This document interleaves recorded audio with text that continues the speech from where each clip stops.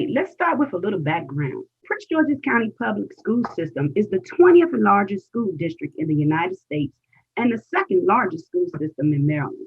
We have around 132,000 students and 208 schools. PGCPS has a diverse population of students, with about half of our students from the African American population and 36% from our Hispanic population.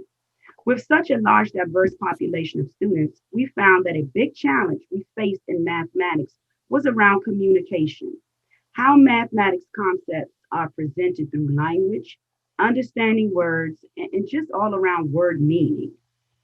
In the area of mathematics, there is a demand for language linguistics. For many of our Ls, this is a challenge. Not only do they face the challenge of learning a new form of language, also learning to master academic language has been a challenge.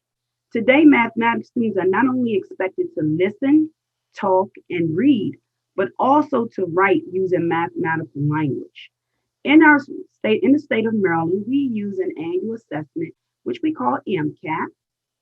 That tests math, reasoning, and modeling skills. It's been a persistent challenge for our students to achieve proficiency on this test. And one of the rationales for that is because 40% of the test centers on the scoring around reasoning and modeling, and 60% is on content knowledge. This lets us know that academic language is needed in all cases. Here's an example from the test. As you take a look at this problem, we know that before a student can apply anything they know about using a net to find the surface area of a triangular prism, they have to sift through the language presented in this problem. Not only do students have to know the academic language when we're talking about surface area, triangular prism, they also have to pay attention to the non-academic language around, like with words such as impossible, and language functions around explaining your reasoning before they can even get to the mathematics. This can be a challenge of its own for all students, which can lead to widening the gap when we start to think about our Title I and Title III students.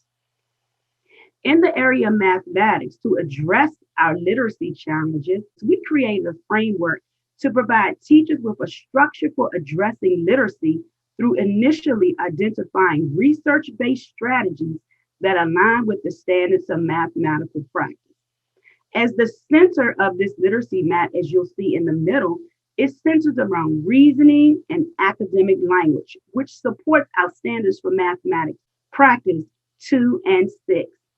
With this map, we have identified for teachers what are those strategies that's going to help our students engage in reading, writing, discourse, which includes both listening and speaking, and modeling. All of these center around building proficiency with academic language and reasoning skills. Not only did we create a framework, it was very important that we identified those rich tasks where students can uplift the academic language through tasks, through activities, using graphic organizers, and we created this math literacy workbook for our students. And with this workbook, you'll find teachers will have access to lessons, worksheets that implement all of those strategies for our students. Although these were a great start, we needed more ready-made tools, more student engagement, and more data collection in order to bridge the gap.